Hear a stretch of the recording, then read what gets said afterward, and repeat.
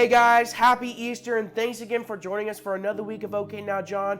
This week I've got a special Easter devotional for you guys to wrap up this series, What Love Looks Like, where we go over the 4 Greek words for love. If you remember, the first week we went over agape love, which is selfless, divine love, and then we went over phileo love, which is brotherly love, and then we went over storge love, which is familiar love, and this week we're going to be talking about eros, which is erotic or sexual love. So before we get into it, let's go ahead and turn to our series verse in 1 Corinthians chapter 13, verses 4 through 7. Love is patient, love is kind. It does not envy, it does not boast, it is not proud, it does not dishonor others, it is not self-seeking, it is not easily angered, it keeps no record of wrongs.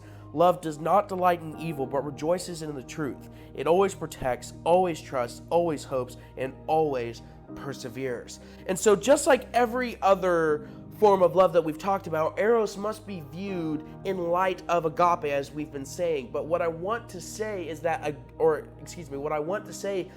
eros is by far the most dangerous and fragile.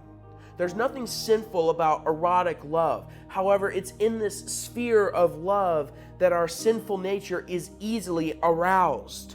Because eros is focused primarily on sensuality, pleasure, and self. And what is sin? Sin is misdirected love. Where our love should be directed towards God, it is directed towards ourselves. So we can see how eros can often be a gateway or have doors open to sin and temptation.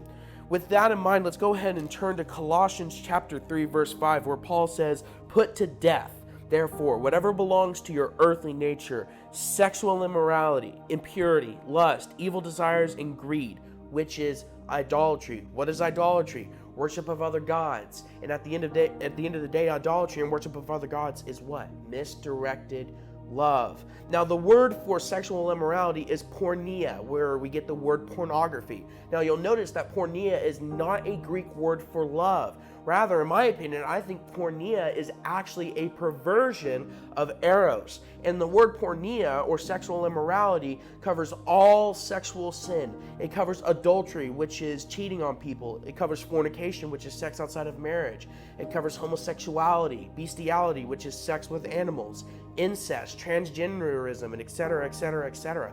All of those are sexual sins. And what do they all have in common? They all have in common this: they are perversions of what is good and what is pure and what is godly. God created man and woman for a specific and unique relationship. And sin, by definition, is a distortion, and it alienates us from God and perverts what is good. Sex and marriage is supposed to honor God and reflect how we were created to be in fellowship and intimacy with our Creator. But because of sin, we were separated from God. Sin separates us from God. But what are we celebrating today? We're celebrating Easter. And what's Easter? We celebrate that our Lord Jesus rose again from the dead.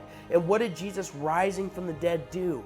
It allowed us to be reconciled back to God. So where sin separates us from God, Christ reconnects us to God. He reconciles us to God. 2 Corinthians 5:21, God made him who had no sin to be sin for us, so that in him we might become the righteousness of God. Where sin separated us from God, Christ reconciles us to God.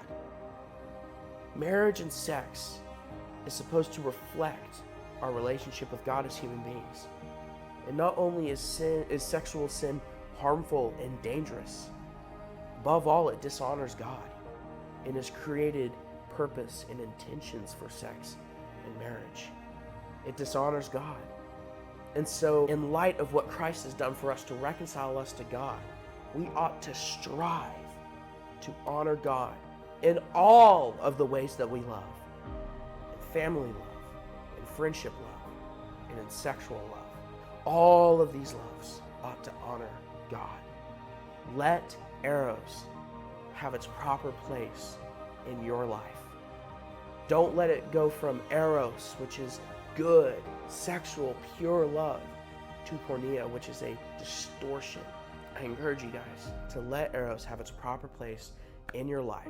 I love you guys, and I'll see you guys next week with a new series.